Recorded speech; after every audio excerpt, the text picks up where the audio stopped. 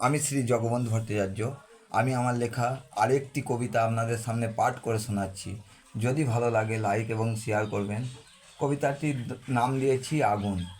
জিনিসের দাম বাড়ার জন্য লাগলো বাজারে আগুন। আলু হলো 30 টাকা, 20 টাকা বেগুন।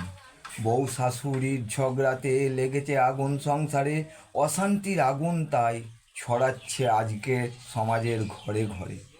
তেলের দাম আগুন ছোঁয়া, আটা ময়দার দাম দ্বিগুণ। আবার মাছ মাংসের দোকানে দেখো লেগেছে কেমন আগুন।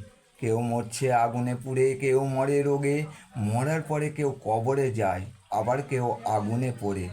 জঙ্গলেতে লাগলে আগুন পুড়ে ছাই হয় শাল বা সেগুন। পড়ে কত পশু পাখি, পড়ে কত জীব।